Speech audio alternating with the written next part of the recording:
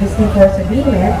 At ang gobyerno natin, mag-decide sila kung kailan nila gustong i-terminate. At alam naman natin na hawak yung ating gobyerno ng Estados Unidos at kahit konting pahiwatig mula sa ating gobyerno na iniisip nito na i-review towards either amendment or termination ng Visiting Force Agreement, kaagad ang lakas ng protesta mula sa parte ng Estados Unidos. At katulad natin ito, particular sa kaso ni Nicole, noong nagkaroon na ng matinding ingay tungkol sa dehadong posisyon ng ating gobyerno ng Pilipinas sa ilalim ng Visiting Force Agreement, katakot-takot ang mga ginawang hakbang ng Estados Unidos para pigilan ang ating gobyerno na i-review ang Visiting Force Agreement para either amyendahan ito or i-terminate ito.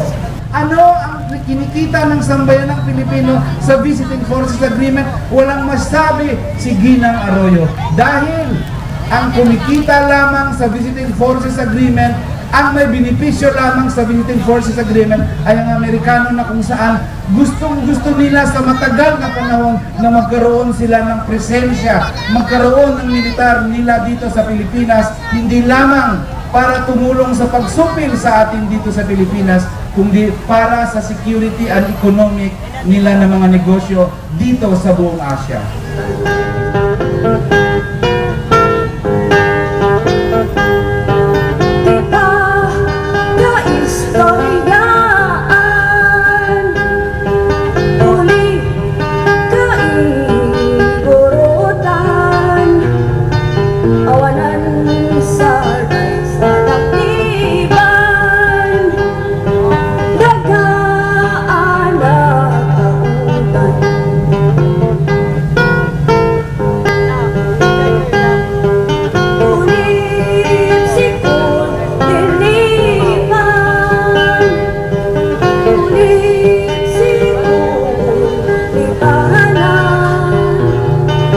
Di